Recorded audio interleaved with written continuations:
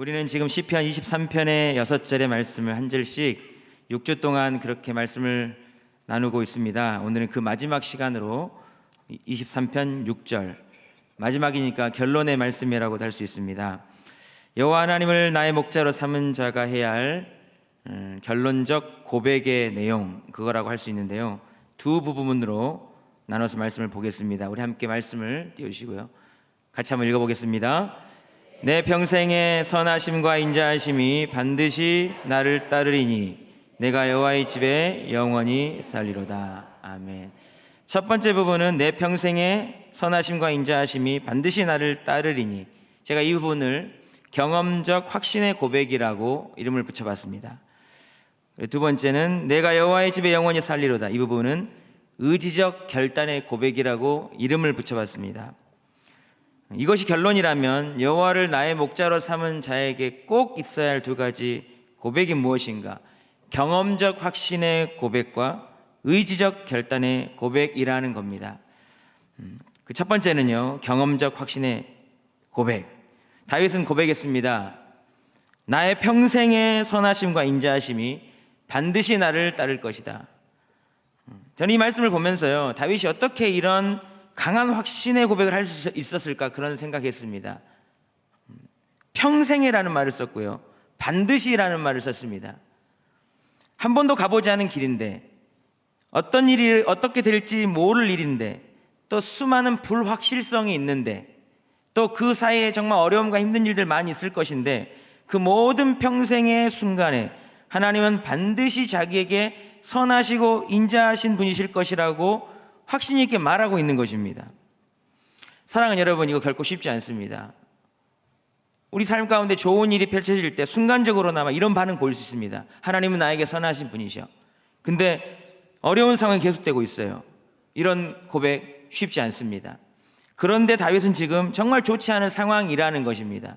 여러분, 오늘 본문 23편 4절에 보면은 사망의 음침한 골짜기라는 말 나오지요. 5절에 보면은 원수의 목전이라는 말이 나옵니다. 이 두 말 자체가 다윗이 지금 얼마나 힘들고 어려운 상황이 있는지를 보여주는 말인 것입니다. 여러분, 골짜기 뭔지 아시죠? 골짜기는 산과 산 사이에 생기는 것이 골짜기입니다. 이쪽 오른쪽 못 갑니다. 왼쪽 못 갑니다. 한 방향의 길인데 지나온 길 힘든데 다시 못 갑니다.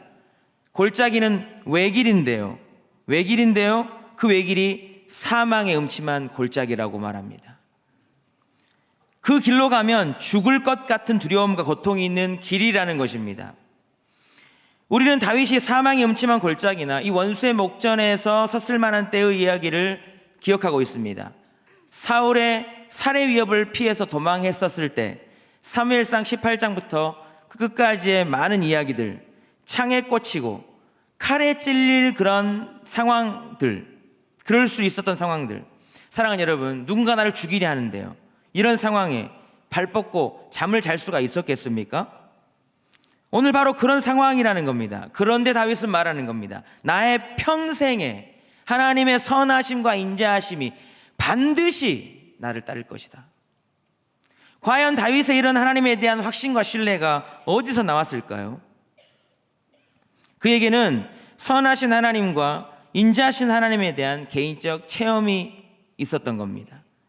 고난의 자리에서 믿음의 고백을 드렸을 때 하나님이 도우셔서 그것이 하나님에 대한 체험이 되게 해주셨고요, 그 체험이 믿음이 되고 그것이 쌓여서 또 다른 고난의 순간이 찾아왔을 때에도 하나님에 대한 이런 확신에 찬 믿음의 고백을 드릴 수 있게 되었던 겁니다.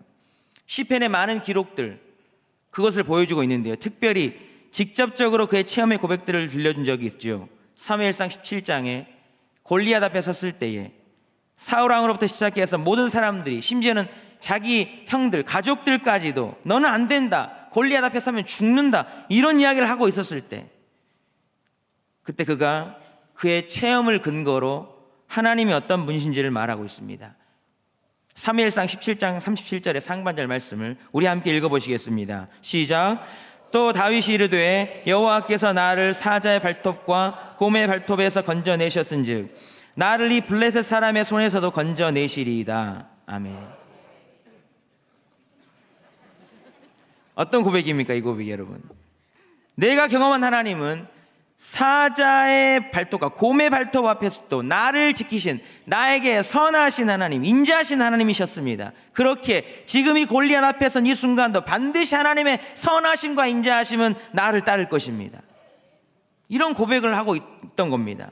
하나님에 대한 경험적인 암, 체험적인 알미 그의 믿음의 고백이 되었던 것입니다. 사랑하는 여러분, 하나님은 늘 언제나 선하시고 우리를 사랑하시는 인자하신 하나님이신 줄로 믿습니다. 그 하나님을 더 많이 알아가시고 더 깊이 체험한 은혜가 저와 여러분 삶 가운데 있기를 간절히 바랍니다. 그 체험이 쌓여갈 때요, 우리가 어떤 상황이 있든지 간에 내 평생에 하나님의 선하심과 인자하심이 반드시 나를 따를 것입니다 라고 이런 확신 있게 고백할 수 있게 될 줄로 믿습니다. 그런데 막상 고난의 순간이 찾아오면 믿음의 반응보다는 상황에 반응하기 쉬운 우리이죠. 저도 최근에 그런 어려움이 찾아왔습니다. 당황스러운 일이 찾아오니까 믿음의 반응이 아니라 그 상황에 반응하고 있는 저를 발견했습니다. 그럼에도 불구하고 하나님의 선하심을 경험하며 감사했던 제 이야기를 잠깐 들려드리겠습니다. 최근에 율량교구 베트남 아울리치를 다녀왔습니다. 함께한 23명 모두에게 정말 은혜 넘치는 아울리치였습니다. 하나님께서 교구 식구들의 마음들을 잘 모아주셔서 정말 비세는 그런 천막집에 사는 그런 네 가정에게 집을 선물해 드렸고요. 또 제가 마음 쓰고 준비한 것 이상으로 하나님은 넘치는 은혜를 허락해 주셨습니다. 출발 전 비행기 타면 이제 그것이 끝이기에 이 아울리치가 잘 준비되도록 제가 많은 것들을 신경을 쓰고 있었습니다. 그리고 드디어 11월 30일 토요일 새벽 4시 교회를 출발해서 인천공항에서 오전 9시 20분에 비행기를 탔죠. 비행기를 타자 그 신경 쓰던 것을 딱 풀고 이제 됐구나 마음을 놓으려는 순간, 그때 제 크로스백 안에 당연히 들어있어야 될 챙겨놓은 제 지갑이 없는 것을 알게 됐습니다. 순간 멘탈 붕괴. 아무리 필름을 돌려서 생각해봐도 어디에 빠뜨렸는지가 생각이 안 나는 겁니다. 그날 새벽 출발할 때 새벽 4시에 제가 지갑을 잠깐 열어봤다는 것은 기억나는데 그때부터 9시 20분까지 전혀 기억이 없는 겁니다. 저는 자연스럽게 상황에 반응하기 시작했습니다. 제 안에 의심의 영이 임하기 시작했습니다. 제 옆에 앉아있는 사람을 의심하기 시작했습니다. 그 사람을 의심하면서 소설을 쓰기 시작했습니다. 그렇게 의심한 경위가 있었습니다.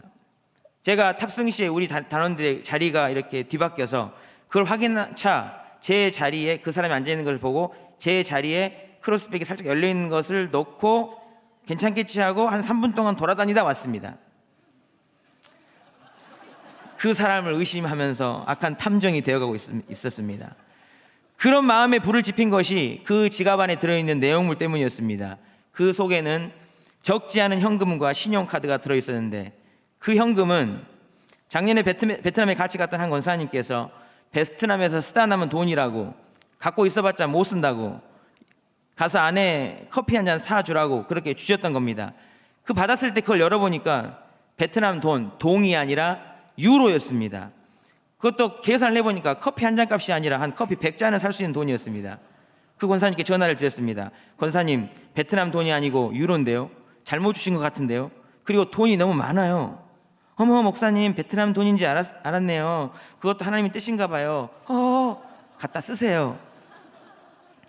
그래서 저는 이게 베트남 가서 우리 대원들 격려차 이렇게 밥 한번 사주라고 주시는 돈인가 보다 하고 이제 식사를 사려고 그걸 챙겨온 것입니다.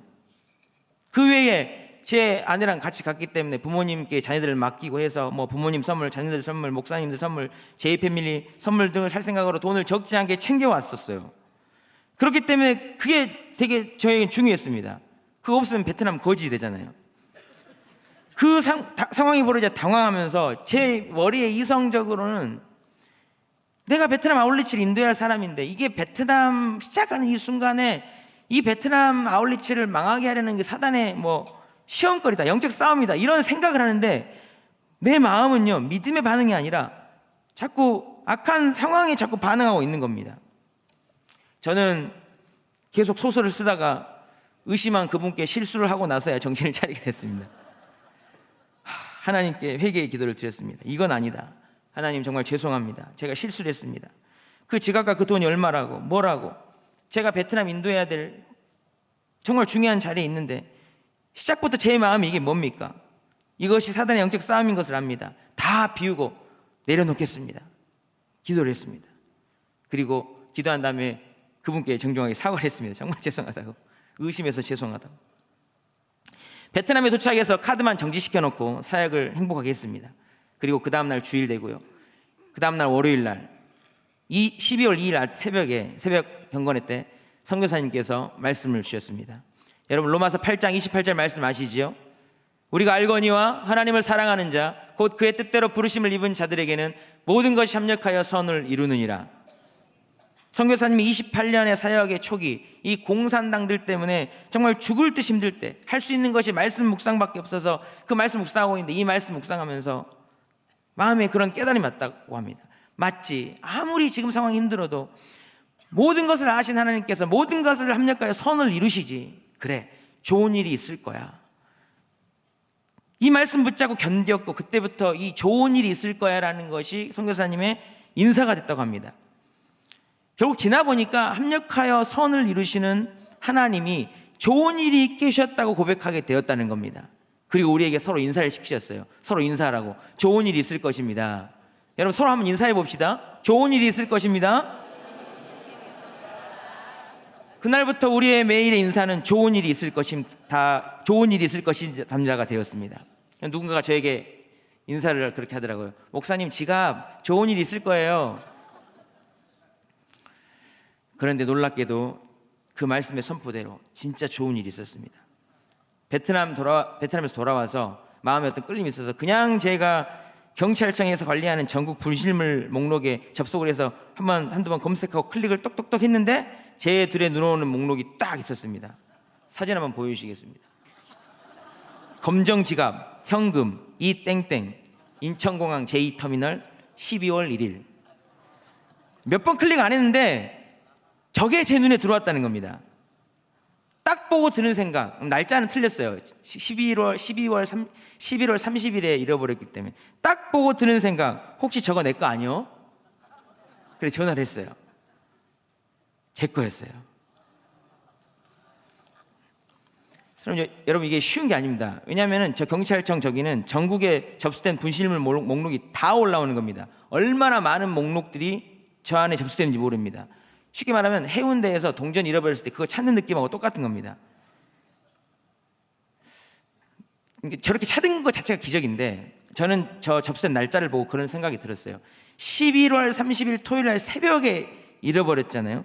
분실물 접수된 것이 12월 1일 주일이었습니다. 지갑 주우신 분이 적어도 24시간 이상은 그 지갑을 들고 다녔다는 겁니다. 거기에 엄청난 현금이 있겠죠. 열어보면 갈등이 될까요, 안 될까요?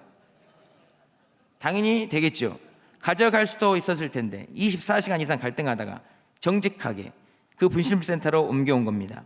그날이 주일이었고, 그날이 있은 후에 12월 1일 월요일 새벽에 그 말씀을 주신 겁니다. 저는 하나님께서 그 사람의 마음을 감동시키셔서 거기다 갖다 놨다고 저는 믿습니다. 제가 이 소식을 베트남 단톡에 올렸습니다. 모두들 얼마나 기뻐했는지 모릅니다. 왜냐? 다들 좋은 일이 있을 것입니다. 믿고 선포했잖아요. 지갑을 찾았다는 기쁨이 아니라 선하시고 인자하신 하나님이 합력하여 선을 이루셨다는 마음 때문이었습니다. 사랑하는 여러분, 여기서 끝이 아닙니다. 제가 이 지갑을 찾으러 2달 내로 인천공항에 가야 됩니다.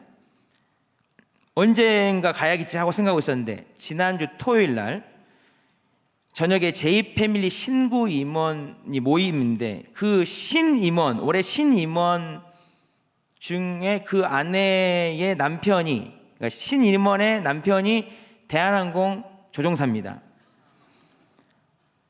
근데 구임원하고 이야기하다가 구임원이 신임원한테 제 지갑의 이야기를 생각하면서 인천공항에 가서 목사님 인천공항에 지갑 찾아야 되는데 혹시 집사님 남편이 찾아올 수 있지 않나요? 한번 이야기해 보세요. 그럴까요? 막 이야기하다가 그럼 남편한테 전화했는데, 지금 마침 남편이 공항에 있어요. 전화했는데 서로 막 이야기하다가 그 이야기를 제 아내가 듣고 전화했는데, 그 집사님이 듣고 저에게 이제 카톡을 주고 제가 신분증을 보내고 막 이런 일들이 20분 내에 다 이루어진 다음에 지갑을 그때 찾았습니다. 근데 중요한 거는 그 집사님이 그 많은 그 조종사 집사님이 대한항공을 타고 전 세계 많은 곳을 돌아다니죠. 근데 그때 베트남에 가려고 거기 간 겁니다. 제 지갑은 그 집사님의 손에 들려서 베트남에 갔다가 월요일에 와서 월요일 저녁에 저에게 왔습니다. 그리고 어제 베트남 아울리치 해단식이 있었는데 제가 마지막으로 베트남에서 모던 식사 대접을 했습니다. 제가 이날을 잊지 않으려고요, 사진을 찍었습니다. 10원 한 장도 없어지지 않고 돌아왔습니다. 택배 배달까지 시켜주셔가지고. 저는 생각했습니다. 제 지갑만 베트남 안 갔다 왔는데 결국 제 잃어버린 지갑까지 베트남 갔다 오게 만드셔서 정말 완벽하게 이번 베트남 아울리치를 은혜롭게 끝내시는 하나님이 바로 우리 하나님이 아닌가. 모든 것을 합력하여 선을 이루신 하나님이 아닌가. 그런데 나는 그 지갑 없어졌다고 하나님의 선하심과 인자하심을 믿고 믿음의 반응을 하지 못하고 눈에 보이는 데 느끼고 의심하고 했구나. 참으로 감사하면서도 부끄러운 제 모습을 생각했습니다. 사랑하는 여러분, 우리 안에 내일을 모르는 연약함이 있죠. 하나님의 뜻을 모르고 지금 상황에만 반응하기 쉬운 어리석음이 있습니다. 그러다 보니 하나님의 선한 뜻이 있는데도 그걸 잘 모르고 오해하고 실수하고 의심하고 분노하고 원망하고 책임전가하고 때로는 곁길로 가기도 하잖아요. 그러나 사랑하는 여러분, 오늘 다윗이 경험하고 고백한 그대로 하나님은 선하시고 인자하신 분이시기에 여호와를 목자로 삼아 하나님 안에 있는 저와 여러분이라면은 분명히 여호와의 선하심과 인자하심이 평생에 반드시 따르게 될 줄 여러분 믿으실 수 있기를 간절히 바랍니다. 그 하나님을 믿으시고요, 분명 상황이 어렵더라도 합력하여 선을 이루실 하나님을 믿고 선하신 하나님을 믿고 좋은 일을 주실 줄 믿고 하나님을 신뢰함으로 상황에 반응하는 자가 아니라 믿음의 반응을 보이는 저와 여러분의 삶이 될 수 있기를 주님의 이름으로 축복합니다. 하나님을 나의 목자로 삼은 자가 해야 할 고백 두 번째는요, 의지적 결단의 고백입니다. 다윗은 오늘 본문 뒷부분에서 내가 여호와의 집에 영원히 살리로다라고 고백했습니다. 우리는 보통 이 말씀, 여호와의 집에 영원히 살리로다라는 말씀을 생각할 때에 나중에 죽어서 천국 갈 그것을 생각합니다. 맞습니다. 이 말씀은 미래에 있을 일에 대한 소망의 말씀인 것이 맞습니다. 그러나 여러분, 동시에 여호와의 집이 어디냐에 따라 내가 이 땅에서 어떤 마음을 갖고 살겠다는 강력한 의지를 담은 고백이기도 하다는 겁니다. I will live forever in your house. I will. 의지예요, 의지. 거기 눌러 앉아 살겠다. 평생에 반드시 거기 있겠다. 다윗이 말하는 여호와의 집은 어디인가? 그가 하나님 만난 곳입니다. 하나님 계신 곳입니다. 내 평생에 여호와의 선하심과 인자하심이 반드시 나를 따를 것입니다라고 고백하게 만들었던 그곳입니다. 다윗은 사마 7장에서 하나님께로부터 집에 대한 약속을 받았습니다. 그 약속의 말씀은요, 하나님께서 다윗의 집, 그의 왕가를 영원히 세워줄 것이라는 약속이었습니다. 그러니까 너는 나의 집을 잘 세우라는 것이었습니다. 이를 위해 다윗에게 필요한 것은요, 하나님과 늘 함께하는 것이었습니다. 이 말씀대로 할 때 하나님은 그와 함께 계셔서 그의 집을 세워주셨어요. 나라가 강하게 됐습니다. 다윗도 하나님의 집을 세울 꿈을 가졌죠. 그런데 중요한 것은요, 다윗이 이 은혜를 잊고요, 하나님 멀리하여 타락할 때가 있었다는 겁니다. 사무엘하 10장까지는 하나님께서 그와 함께 하셔서 그의 집을 어떻게 세우셨는지, 어떻게 최고로 세우셨는지에 대한 이야기가 나오는 거고요, 11장에 가서 그는 하나님의 은혜를 잊고 범죄한 이가 나옵니다. 밧세바를 범했습니다. 그의 인생이, 그의 집이 망가지기 시작했습니다. 자식들 사이에 살인사건이 벌어졌습니다. 그의 집은 철저히 망가졌습니다. 그의 아들이 반란을 일으켜서 왕위를 찬탈하고 도망자 신세가 됐습니다. 그 일이 뼈아픈 징계가 됐어요. 징계. 그 징계를 당하면서 여러분, 고통 중에 다윗이 뭘 생각했겠습니까? 처절하게 후회하면서 깨달았지 않았겠습니까? 내가 하나님의 처소를 준비하고 하나님과 함께 할 때 얼마나 형통했는가. 지금 이처럼 하나님을 멀리하고 범죄한 결과가 얼마나 고통스럽고 비참한 것인가. 그는 처절하게 철저하게 깨닫고요, 분명하게 무엇인가 결단을 했을 것입니다. 그 결단이 무엇이었는가? 하나님의 집을 세우겠다는 거였어요. 그의 결단이 말년에 그가 행한 모습 속에서 고스란히 담겨져 있죠. 그의 말년에 하나님의 집, 하나님의 성전을 세우려는데 온 힘을 다 쏟아부었습니다. 역대상 22장부터 29장까지 보면요, 그 내용 자세하게 기록되어 있습니다.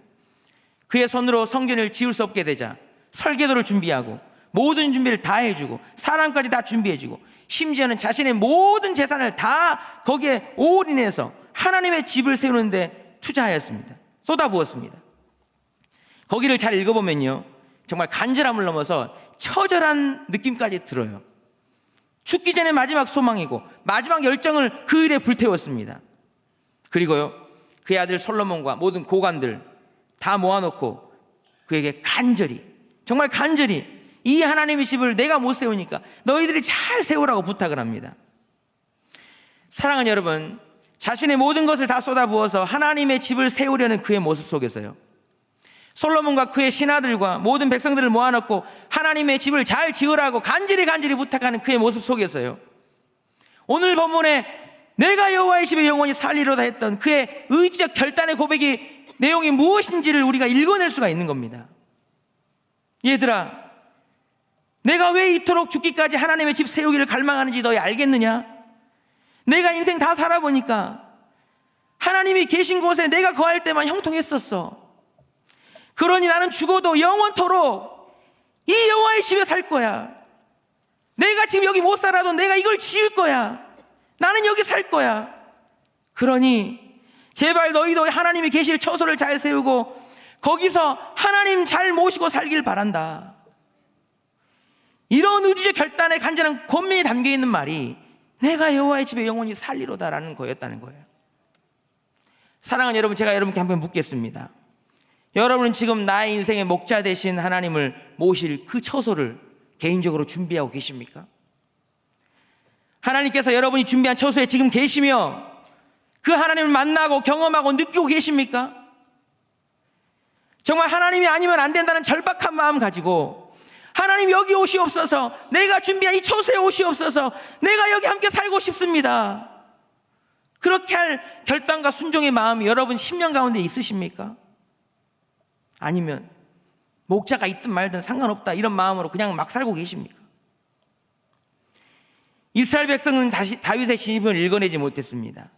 이 큰 성전을 지어놓으면 자동으로 하나님이 그 안에 들어와 계실 것이라고 그들은 착각했습니다. 건물을 지어놓는다고 하나님이 그 안에 자동으로 들어와 계시는 것입니까? 그렇지 않습니다. 하나님이 계실 처소, 하나님의 집은요, 저와 여러분 안에 있는 것입니다. 그렇게 하나님과 함께 살 하나님의 집은요, 우리 각자 개인이 먼저 마음으로 준비해야 되는 겁니다. 하나님은 이 천지에 충만하시고 어디에나 계시는 분이시지만 무엇보다 하나님이 임하여 계신 곳이 있다는 거예요. 말씀을 통해 그곳이 어디인지 한번 확인해 보겠습니다. 마태복음 18장 20절 말씀을 함께 읽겠습니다. 시작. 두세 사람이 내 이름으로 모인 곳에는 나도 그들 중에 있느니라. 성도가 예수님의 이름으로 모여서 무엇인가를 할 때 거기 계신다고 말씀하십니다. 요한일서 4장 12절 말씀입니다. 시작. 어느 때나 하나님을 본 사람이 없으되 만일 우리가 서로 사랑하면 하나님이 우리 안에 거하시고 그의 사랑이 우리 안에 온전히 이루어지느니라. 우리가 예수 안에서 서로 사랑할 때에, 그리고 서로 사랑을 나눌 때에 그곳에 하나님이 계신다 말씀하십니다. 요한일서 4장 15절 말씀 함께 읽습니다. 시작. 누구든지 예수를 하나님의 아들이라 시인하면 하나님이 그의 안에 거하시고 그도 하나님 안에 거하느니라. 예수님이 하나님 아들로 진심으로 믿어지고 고백되어지는 그곳에, 그 심령 가운데 하나님이 계신다고 말씀하십니다. 종합해 보면 이렇습니다. 우리가 예수님의 이름으로 모여서 함께 하나님의 뜻을 이루어갈 때 하나님 그곳에 계십니다. 하나님의 사랑으로 서로 사랑하며 그 하나님의 사랑을 누군가에게 나눌 때에 하나님 거기 계십니다. 거기에서 비로소 하나님이 역사하시고 예수님이 하나님의 아들로 진심으로 믿어지고 체험적으로 고백되어진다는 것입니다. 제가 이것을 알기 때문에 성도님들께서 그런 특별한 체험의 기회를 갖도록 이번에도 베트남 아울리치를 준비했고요. 어떻게 해서든 그곳에 함께하기를, 몸과 마음이 함께하기를 바랬습니다. 그곳이 예수님의 이름으로 모여서 주님의 뜻을 이루는 곳이잖아요. 하나님의 사랑으로 서로 사랑하고 그 베트남 땅에 하나님의 사랑을 나누는 곳이잖아요. 늘 하나님은 변함없이 그곳에서 하나님의 선하심과 인자하심을 경험케 해주시더라고요. 이런 마음으로 아울리치를 준비하고 있는데 아울리치 마감이 다 된 10월 말에 한 권사님으로부터 급한 카톡이 왔습니다. 목사님, 베트남 아울리치 갈 수 있나요? 전화 좀 주세요. 보통 이런 상황이면 다 끝났습니다 라고 해야 됩니다. 근데 제가 무조건 됩니다라고 했습니다. 하나님의 부르심인 것이 확실했기 때문입니다. 이 상황을 말씀드리자면 이 권사님의 남편은 신앙이 별로 크지 않은 분이신데 올 봄에 두 분이 저와 함께 신방을 받았습니다. 기도 제목을 나눴습니다.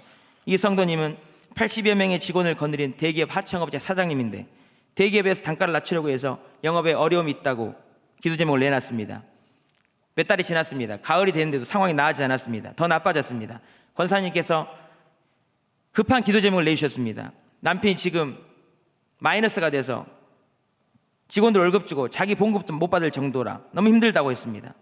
남편이 일주일 뒤에 대기업에 단가를 좀 올리려고 설대가리 가는데 그걸 못 올리면 이 일을 접어야 할 상황이라고 기도해달라고 말했습니다. 그때 제게 든 마음, 이것이 하나님이 주신 기회다. 어떻게든 이 남편 아울리치에 데려가게 된다면 하나님이 만지실 것이다. 그래서 권사님께 말씀드렸습니다. 권사님, 제가 기도할 테니까 남편한테 이것이 기회라고, 베트남 같이 가자고, 가야 한다고 말하라고 했습니다. 회사 문제는 어떻게 될지 몰랐지만 저는 이것이 하나님을 붙잡는 기회가 되길 바랬습니다. 이 기회를 통해 하나님이 분명 그에게, 그의 가정에 선하심과 인자하심을 보이실 것이라고 저는 확신했습니다. 그걸 위해서는 무엇인가 믿음의 결단이 있어야 되기 때문에 제가 요구를 한 겁니다. 베트남 아울렛이 참여하라고, 결단하시라고. 결국요, 단가를 낮추지 못하고 회사는 접는 것으로 결정났습니다. 그건 하나님 역사하셨습니다. 제가 던진 말이 먼저 그분 안에서 역사했습니다. 결국 마음을 바꿔서 베트남에 가겠다고 한 겁니다. 제가 어떻게 하겠습니까? 무조건 가십시오. 처음에 와서 적응 엄청 힘들었습니다. 그런데 하나님 역사하셨습니다. 그 남편 성도님께서 베트남 다녀와서 쓰신 간증문을 이 시간 함께 화면을 통해서 그대로 함께 읽어보겠습니다. 텍스트 그대로입니다. 제가 읽어드리겠습니다. 20여 년 넘게 해왔던 사업에 어려움을 겪던 10월 중순, 아내를 통해 같은 교구 이근호 목사님으로부터 베트남 아울리치 함께 하자는 연락이 왔다. 평소 일을 핑계로 일주일에 한 번, 겨우 주일에만 교회를 찾던 일반인 성도는 나는 바로 거부했다. 하지만 시간이 지나며 마음에 조금씩 변화가 생기기 시작했다. 그래, 마음도 복잡한데 정리도 할 겸 여행도 할 겸 한번 가보자. 걱정 반 설레임 반으로 평소 알지 못했던 대원들과 준비 모임에 참석하기 시작했다. 다행히 함께하는 대원들의 도움으로 점차 친분관계를 쌓아가며 동화될 수 있었고, 주님 뜻대로 하시라는 기도와 함께 11월 30일 새벽 드디어 봉사 현장인 베트남행 비행기에 몸을 실었다. 베트남에 도착해 김덕규 장광수 선교사님의 환대 속에 숙소를 잡은 다음 날 사역 장소로 향했다. 주 교통수단인 오토바이 뒤에 얹혀 밀림 속을 뚫고 도착한 곳은 흡사 우리의 60년대 같은 모습, 허름한 집과 그 옆에 새로 지은 현대식 시멘트 건물, 그리고 남루한 모습의 부녀였다. 할아버지 뻘인 아빠 곁에 서 있는 작고 어린 소녀, 마치 세상에 아무런 희망도 없는 듯 감정 없는 모습, 가슴 깊은 곳에서 뜨거움이 솟아오르기 시작했다. 지금 이 글을 쓰면서도 그 모습이 다시 떠올라 마음이 울컥거린다. 뜨거운 태양 아래서도 열기를 참으며 한 줄 한 줄 정성을 다해 페인트 칠을 해나갔다. 그들이 튼튼한 집에서 희망을 얻고 주님의 뜻을 알기를 원하며, 다음날 새로운 사역 장소, 전날보다 조금 더 먼 그곳에 도착하자 젊은 부부와 아이가 우리를 맞는다. 가난한 살림이지만 사역하는 내내 눈가에 미소를 띠고 우리에게 하나라도 더 대접하고 싶어하는 그들의 마음이 내 가슴속에 와 닿는다. 안쓰럽고 순박한 그들의 모습에 마치 주님이 우리에게 하신 것처럼 내가 가진 모든 것을 내어주고 싶었다. 처음에 망설여지고 두려움이 앞섰다. 하지만 그들을 만나고 봉사를 하고 매일 아침 경건회와 선교사님의 특강을 들으며 점차 걱정과 힘듦은 사라지고 가슴 한켠에서 뜨거움이 솟아나기 시작했다. 선교란 누군가를 위하여 무엇을 하는 것이 아닌 with, 즉 누군가와 함께 하는 것이라는 것. 스스로를 위해 경제적으로나 신앙적으로 풍요한 환경 속에서도 받아들이지 못하고 살았던 나, 꿈을 통해 깨달음을 주셨지만 탕자와 같이 고집부리며 주님에게 가까이 하지 못한 내가 얼마나 안타까웠으면 목사님과 선교사님을 통해 이런 길을 열어주신 걸까. 이제는 나도 주님을 더 많이 알고 주님의 마음을 닮아 그들과 함께하고 싶다는 생각이 든다. 언제든 기회가 된다면 다시 가고 싶다. 사랑하는 여러분, 이 성도님의 고백이 얼마나 놀랍고 은혜롭습니까? 이제는 나도 주님을 더 많이 알고 싶다. 주님의 마음을 닮아 그들과 함께하고 싶다. 언제든 기회가 된다면 하나님이 계시는 그곳에 또 있고 싶다. 이 말 아닙니까? 이번 아울렛을 통해서 그가 어려운 베트남 사람에게 집을 지어주면서 하나님의 사랑을 실천하자. 그분 안에 하나님이 거하실 처소가 집이 마련되어서 하나님이 그 안에 찾아와 사시는 놀라운 일이 일어난 것입니다. 이번 베트남 아울리치는요, 그분에게 분명 하나님이 함께 하시는 하나님이 집이었습니다. 저는 이 성도님의 마지막 고백에 마음이 울컥했고 감격하며 기뻐했습니다. 저뿐 아니라 우리 모든 대원들이 다 기뻐했습니다. 왜냐하면 정말 하나님께서 그분의 목자 되셔서 그분을 이끌어주고 계심을 보았기 때문입니다. 이제 시작이겠지요. 그분이 앞으로 이날을 시작으로 해서 베트남에서 만난 하나님을 나의 목자로 삼고 산다면 목자이신 하나님께서 분명히 그분의 평생에 선하심과 인자하심이 반드시 따르게 하실 것이기에 그것이 저에게 큰 기쁨이었고 너무 감사한 일이 되었던 것입니다. 사랑하는 여러분, 여러분도 하나님이 거하실 나만의 하나님의 집을 세워가실 수 있기를 주님의 이름으로 축복합니다. 내가 여호와의 집에 영원히 살겠습니다 하는 그런 귀한 믿음의 결단이 있게 되기를 간절히 바랍니다. 그런 믿음 가지고요, 여호와 하나님을 나의 목자로 삼고 사는 우리의 모든 평생의 인생 가운데 하나님의 선하시고 인자하심의 은혜가 반드시 따르게 될 줄로 믿습니다. 늘 언제나 목자 되신 하나님이 계실 처소를 마련하며 그 안에 살기로 결단함으로 목자이신 하나님의 선하신 인도하심을 받는 저와 여러분의 삶이 될 수 있기를 주님의 이름으로 축복합니다. 이 시간 말씀을 의지해 함께 기도하도록 하겠습니다. 사랑의 아버지 하나님, 지난 6주간 시편 23편의 말씀을 통해서 우리 가운데 귀한 말씀 허락해 주셔서 감사드립니다. 주신 말씀들 마음에 잘 새기고 정말 이 말씀처럼 여호와 하나님을 나의 목자로 삼아 부족함이 없는 삶, 늘 하나님 인도하심을 받는 삶, 보호하심을 받는 삶, 내 잔이 넘치는 삶, 합력하여 선을 이루며 여호와의 집에 영원히 거하는 삶 살도록 은혜를 베풀어 주시옵소서. 함께 하실 줄 믿고 감사드리며 예수님의 이름으로 기도드리옵나이다. 아멘.